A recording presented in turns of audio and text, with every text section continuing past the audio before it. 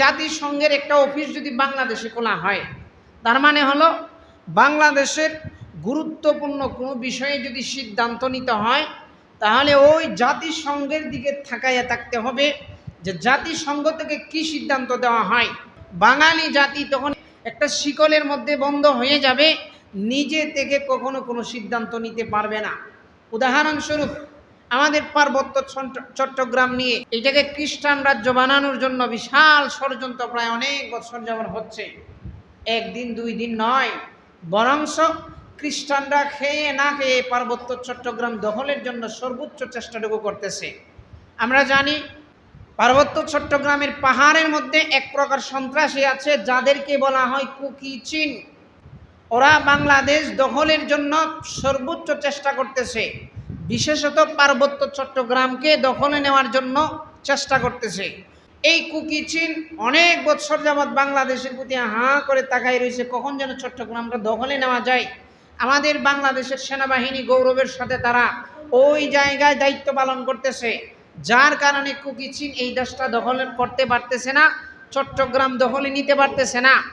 অনেক সময় দেখা যায় চট্টগ্রামের পাহাড়ি অঞ্চল অথবা অন্যান্য অঞ্চল যে জায়গাগুলো আছে, ওই জায়গার মধ্যে বিভিন্ন সময় আওয়াজ তোলা হয় যে কোনো পাহাড়ি অঞ্চলের মধ্যে সেনাবাহিনীর সদস্যদেরকে প্রত্যাহার করা হয়, অর্থাৎ পাহাড় থেকে যেন সেনাবাহিনীর ক্ষমতা কমিয়ে দেওয়া হয়।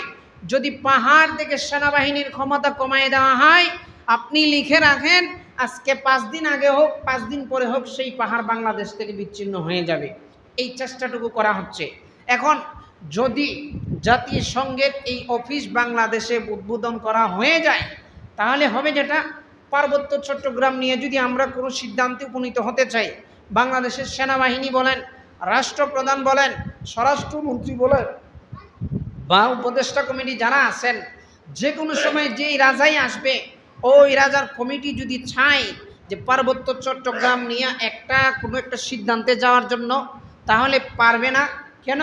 ওই যে জাতিসংঘের অফিস হয়ে গেছে, এখন কোনো সিদ্ধান্ত নিতে হলে তাদের প্রভু জাতিসংঘের দিকে হাঁ করে তাকায় থাকতে হবে। সেই লাল চামড়াওয়ালা প্রভুগুলা কি সিদ্ধান্ত দেয় ওইটার দিকে, তারা যে সিদ্ধান্ত দিবে ওই সিদ্ধান্তে আপনার ভূখণ্ড চলবে। যদি পশ্চিমাদের নীতি নিয়ে, পশ্চিমাদের সিদ্ধান্ত নিয়ে আপনার ভূখণ্ড চলে, তাহলে মনে করবেন এই ভাসানির এই বাংলাদেশকে ধ্বংস করতে বেশি সময় লাগবে না। বুঝতে পারছেন? এই জন্য আমরা দাবি জানাই, জাতিসংঘের যে অফিস বাংলাদেশে উদ্বোধন করা হবে, আমরা এটার তীব্র নিন্দা জানাই এবং প্রতিবাদ জানাই। বাংলাদেশের মধ্যে কোনো পশ্চিমা এজেন্ডা বাস্তবায়নের সুযোগ দেওয়া হবে না। মনে রাখবেন, আমরা ভারতীয়দের যেভাবে তাবেদারি করি নাই, ইস্ট ইন্ডিয়া কোম্পানির গোলামি আমরা করি নাই, 50 বছর আগে এই বাঙালি জাতি নিজেদের মাথা উঁচু করে দাঁড়ানো শিখেছিল। সেই বাঙালি এখন কিন্তু পশ্চিমাদের কাছেও দ্বারস্থ হতে রাজি না। আপনি যদি মনে করেন যে আমরা ইন্ডিয়ার কাছ থেকে মুক্ত হয়ে এখন আপনার লাল চামড়াওয়ালাদের কাছে গিয়ে ভিড়ব, তাহলে যে কোনো এক সময় আপনার এই ভূখণ্ড ছিনিয়ে নেওয়ার জন্য সেই লাল শকুনগুলাই যথেষ্ট।